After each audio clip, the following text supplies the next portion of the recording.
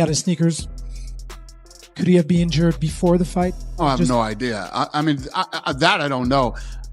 I mean, the day of the press conference, he came running out of the back and ran right up to him and stopped abruptly and, squared off with him. They were pushing foreheads. And the question of getting paid as you step in the cage was... Well, listen, if anybody saw anything that could have possibly made him look weak or injured... This meant something to me, man.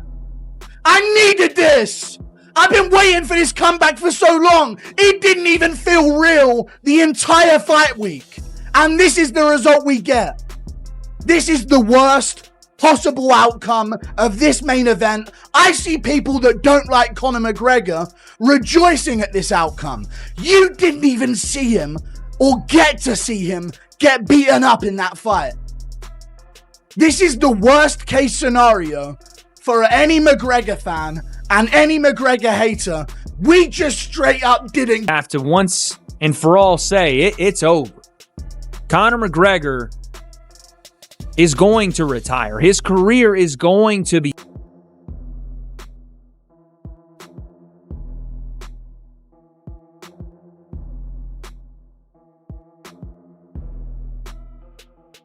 The long-awaited return of Conor McGregor ended in a way nobody could have imagined. After months of hype, non-stop media coverage, and endless debate about whether McGregor could still compete at the highest level, the comeback was over almost as soon as it began. What was supposed to be a historic night for the UFC quickly turned into a nightmare when a devastating leg injury forced the fight to end prematurely. Speaking afterward, McGregor admitted he was still struggling to process what had happened. He insisted that he felt sharp, focused, and fully prepared heading into the contest, rejecting any suggestion that he was compromised before the opening bell. According to McGregor, he had completed one of the best training camps of his career and entered the octagon with complete confidence. Despite the heartbreak, he promised fans that this setback would not define him and vowed to return stronger. The sudden ending left millions of fans disappointed, especially those who had waited years to see him compete again on the biggest stage. Great card, unbelievable. I mean, the Paddy Pimblett thing right before, you just feel it all in the air. Here we go. I mean, I was expecting at least a one-round war, or, who knew what Conor was capable of as far as cardio or whatever else after a 5-year layoff. And, well, there you go. I mean, we're assuming blown ACL.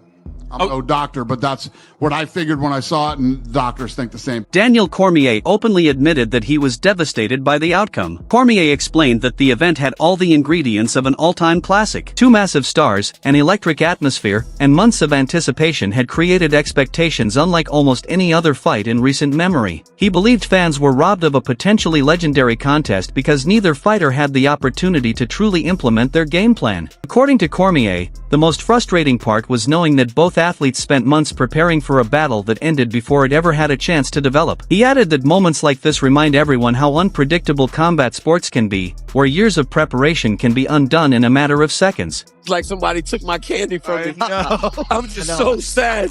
That's so crazy how sad I am. Well, as discussions shifted toward the injury itself, medical experts began offering their early assessments. Several analysts suggested that McGregor may have aggravated a pre-existing knee issue during the opening exchanges. Initial observations pointed toward a possible meniscus injury, while others noted that ligament damage remained a possibility. Although no official diagnosis was immediately confirmed, experts agreed that the injury looked serious enough to require extensive medical evaluation. The uncertainty surrounding the situation has only increased speculation about how long McGregor could be sidelined. Some believe recovery could take several months, while others fear it could keep him out of action for much longer. Until doctors release a full report, the MMA world is left waiting for answers.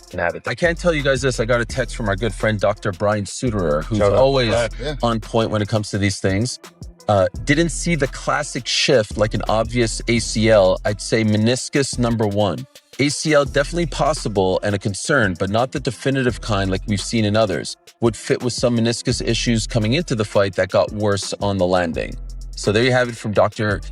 Brian Suterer, who always does an amazing job. At the same time, a separate controversy began gaining momentum online. Many fans started questioning whether McGregor was already dealing with an injury before stepping into the cage. Videos from Fight Week quickly spread across social media, with users pointing to moments where McGregor appeared uncomfortable while moving backstage or putting on his shoes. Those clips sparked intense debate among supporters and critics alike. Some argued that the footage clearly showed signs of discomfort, while others dismissed the claims as overreactions fueled by hindsight. Regardless of which side people supported, the discussion became one of the biggest talking points following the event and added another layer of mystery to an already shocking outcome.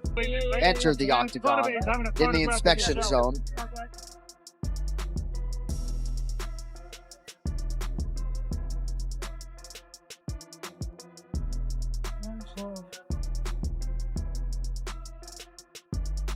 So hard to know if there was any sort of... The debate intensified further when fighters, coaches, and media personalities began sharing their opinions. Some critics argued that if McGregor knowingly entered the fight while injured, it would raise serious questions about transparency and fighter safety. Others defended him, saying elite athletes often compete through pain and minor injuries without making them public. Meanwhile, Max Holloway revealed that something seemed unusual about McGregor before the fight even started. Holloway recalled noticing that McGregor did not appear quite as energetic as he normally does during fight week and suggested that, looking back, there may have been subtle signs that something was wrong. While Holloway stopped short of making any accusations, his comments added fuel to the ongoing speculation. A better look at it than anybody, and you identified it earlier. Do you think it was that first kick that he threw? Yeah, I mean, I don't know. I did the UFC podcast before I came here, and me and Wonderboy was talking about it. Even with him walking into the octagon, it didn't seem, it just didn't seem like the same Conor. Like I thought.